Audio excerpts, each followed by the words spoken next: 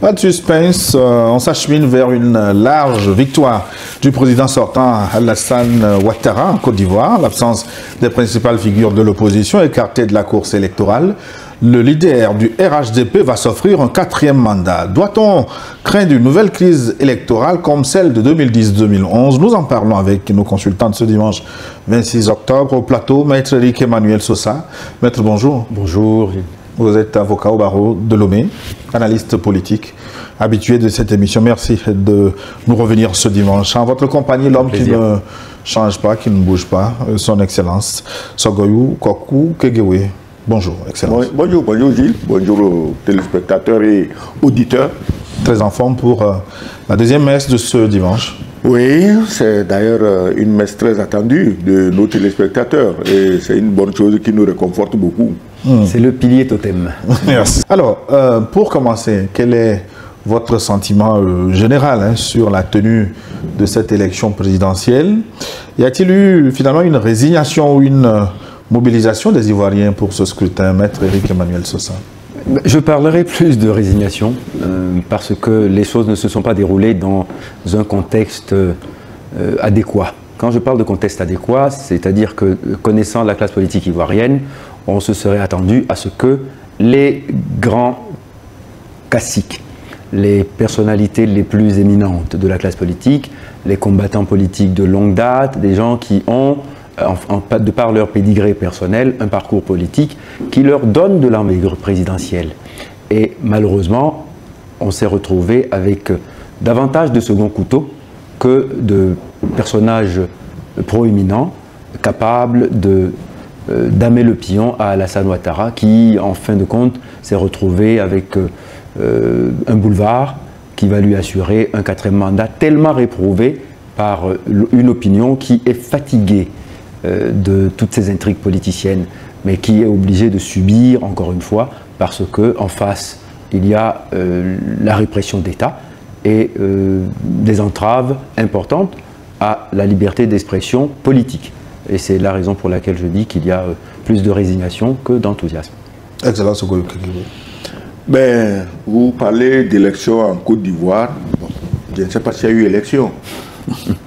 Peut-être vous avez vu des élections, moi je n'en ai pas vu. S'il faut appeler les choses par leur nom. Hier, on a assisté à quoi en Côte d'Ivoire?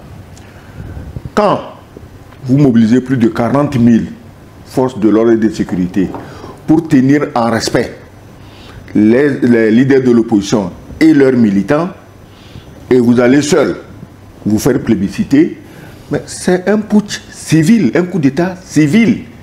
On utilise l'armée pour faire un coup d'État civil. Bon, mais comme nous sommes dans une situation mondiale de 2 poids 2 mesures, vous allez voir que personne ne va rien dire. Donc un coup d'État civil, peut-être... Pour reprendre l'expression du président Laurent Gbagbo.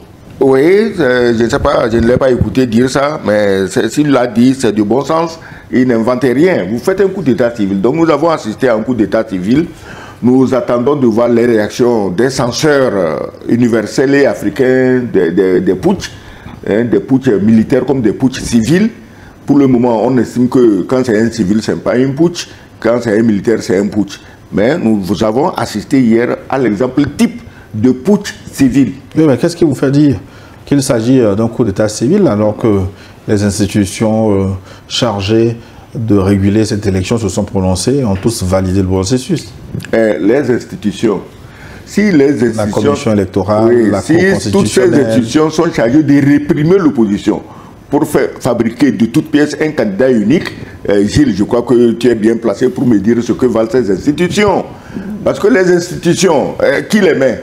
Si moi je suis président, je vais mettre une commission électorale intouchable. Je vais mettre une cour constitutionnelle plus costaud que la muraille de Chine. Je vais mettre.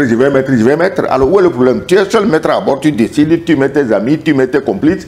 Ceux qui ne veulent pas être tes amis ou tes complices, tu les achètes. Et puis le tour est joué. Je crois quand même qu'il y a des choses, il ne faut pas les faire. Il y a des choses, il ne faut pas les faire. Il ne faut pas les faire. Moi, je préfère même que tout le monde soit candidat et que tu arrives même à truquer les élections, hein, plutôt que d'assister à ce qu'on a assisté. Même Paul Biya, que tout le monde décrit. Mais Paul Biya, quand même, il a mis un candidat qui aujourd'hui peut oser dire qu'il a gagné. Mais Paul Biya a également écarté un opposant de poids, oui, le leader historique.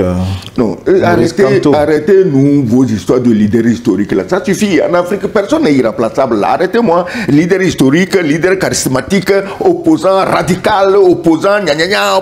On cherche tous les adjectifs négatifs pour mettre sur les oppositions. Oui, mais est-ce que vous dites que votre argumentation sur la Côte d'Ivoire est valable pour le Cameroun dans la mesure où... Non, le Cameroun c'est mieux. La figure de proue... J'ai dit le Cameroun c'est mieux. Même si ce n'est pas parfait, puisque tu parles de figure de proue, qui l'a fait figure de proue? Il a été désigné par quel peuple? Je l'ai dit ici la dernière fois.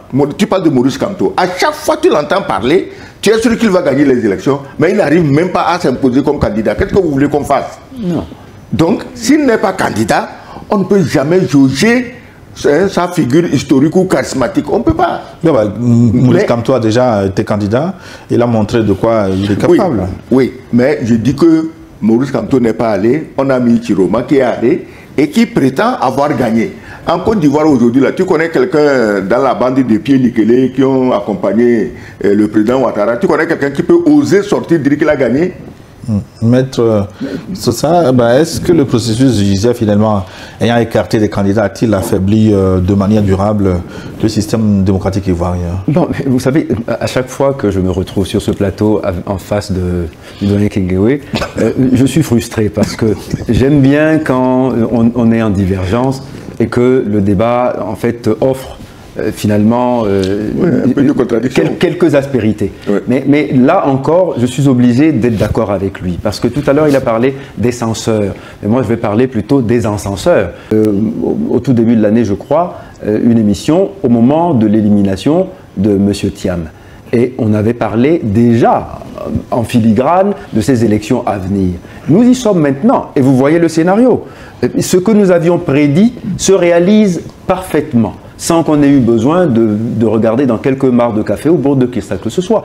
L'observation empirique de la vie politique de la Côte d'Ivoire et de ces hommes nous a permis de pouvoir aboutir à cette conclusion qui, aujourd'hui, fait que malheureusement, nous ne sommes pas démentis.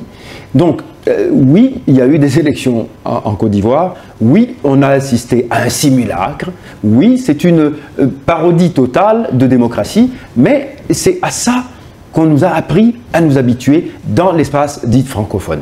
Dans l'espace dit francophone. C'est-à-dire que nous traînons cette tare qui fait que finalement, le fait même d'élire devient quelque chose de suspect. Quand vous êtes élu dans ces conditions, vous êtes suspect de quelque chose. Vous êtes déjà presque coupable de la fraude qui entache même le simple fait de votre déclaration de candidature. On sait, si c'est vous, que vous n'allez pas pouvoir perdre. Tout est mis en place pour que vous gagniez des élections auxquelles personne ne croit. Alors pourquoi les organise-t-on? Vous voyez, à quelques rares exceptions près, et ces exceptions méritent quand même qu'on les cite. Le Sénégal a démontré qu'en Afrique francophone, il y a des systèmes politiques qui peuvent générer des schémas démocratiques crédibles.